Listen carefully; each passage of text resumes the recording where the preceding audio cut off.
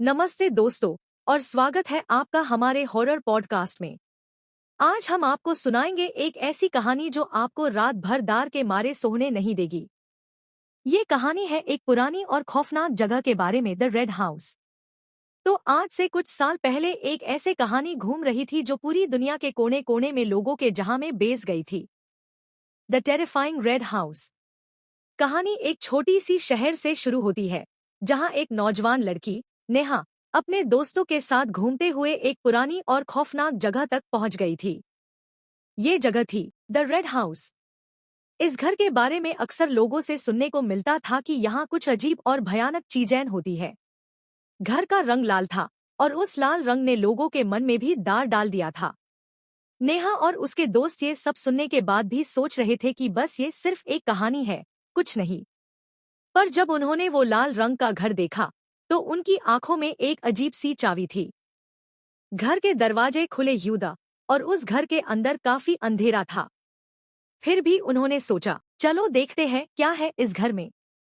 नेहा और उसके दोस्तों ने अपने दिमाग से डर निकालकर अंदर घुसना शुरू किया।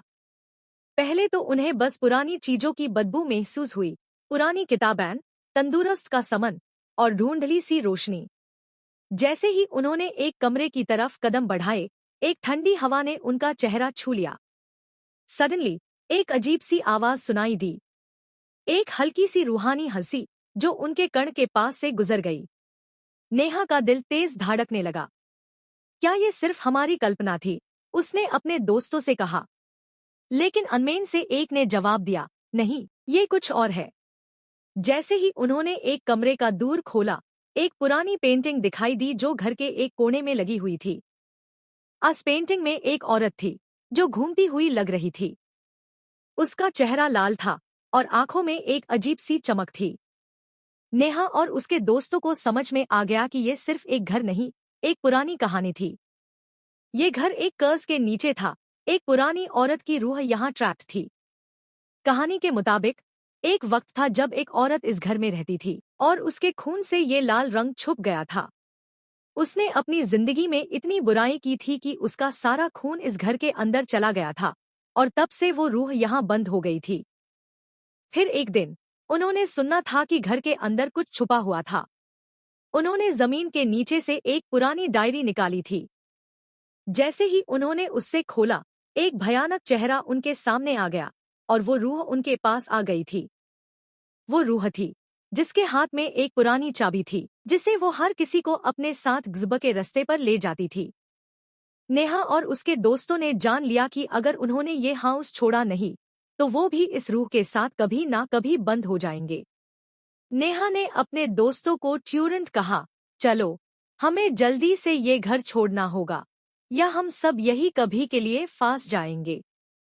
लेकिन जैसे ही वो घर से भाग रहे थे, उन्होंने देखा कि उनका हर कदम एक अनजानी ताकत के द्वारा रोका जा रहा था। वो रूह उनके पीछे थी, उनके कदमों को महसूस कर रही थी। उन्होंने अपनी जान बचाकर किसी तरह वो घर छोड़ा, लेकिन उनकी आंखों में वो भयानक तस्वीर हमेशा के लिए रह गई। और उस दिन के बाद नेहा और उसके दोस्तों ने कभी भी उस रेड हाउस के बारे में कुछ नहीं कहा। क्या आपको लगता है कि वो रूह अभी भी वहाँ है? और क्या आप किसी दिन वहाँ जाना चाहेंगे? तो दोस्तों, ये थी द रेड हाउस की कहानी। आपको क्या लगता है? क्या ये सिर्फ एक कहानी थी या सच में कोई पुरानी रूह वहाँ बंद है? आपके विचार हमसे जरूर शेयर करें।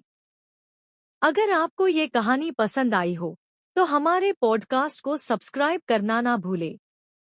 मिलते हैं अगले एपिसोड में एक और दार भरी कहानी के साथ। शुभ रात्रि और अपना ध्यान रखें। कभी भी ऐसे पुरानी जगहों से दूर रहे।